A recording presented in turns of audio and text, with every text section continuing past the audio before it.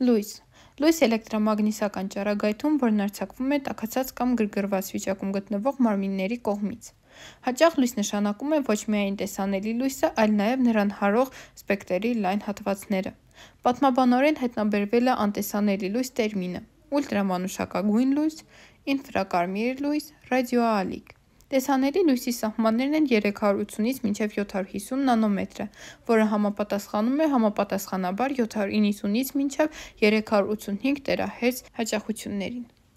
Ֆիզիկայի այն բաժինը, որտեղ ուսումնասիրվում է լույսը, կոչվում է օպտիկա։ Լույսը ճառագայթման տեսակներից է։ Լուսարձակվում են ալիքակը, էլեկտրական լամպը և շիկացած այլ առարկաներ։ Լույսը կարող է թափանցել ապակու և ջրի միջով, սակայն բազմաթիվ այլ նյութերից այն անդրադառնում է։ Լույսի շնորհիվ մենք տեսնում ենք։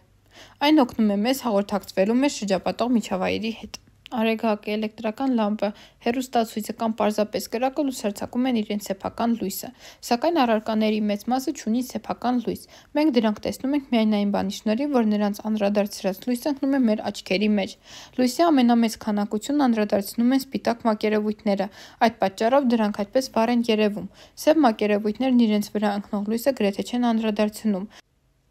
Լույսի արագությունը բնության ամենամեծ արագությունն է և անոտ տարածությունում հավասար է 300,000 կմ/վ։ Այդ արագության հետ կապված աստղագիտության մեջ օգտագործվում են լուսատարի հեռավորության միավորը,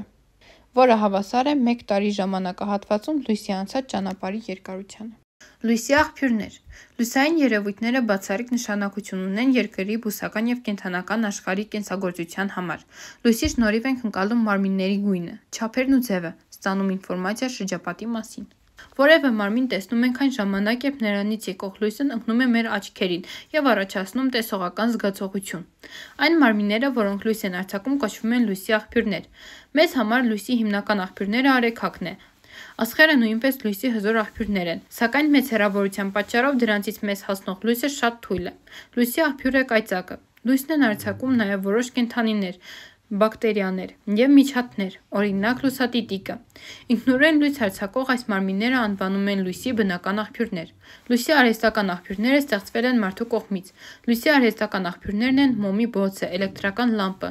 լազերները և այլն։ Լույսի աղբյուրները լույսն արձակում են բոլոր ուղղություններով։ Լույսի տարածման օրինաչափությունները ուսումնասիրում են լույսի նեղ փնջերին լուսային ճառագայթների միջոցով։ Լույսի ճառագայթները կարելի է ստանալ լույսի աղբյուրների դիմաց դնելով փոքր անցք ունեցող անթափանց պաստառ։ Նրանք լավ տեսանելի են մառախուղի մեջ, փոշու կամ ծխի մաստիկների պարունակող օդում։ Լույսի փնջերը տարածվում են իրարից անկախ չխանգարելով մեկը մյուսին։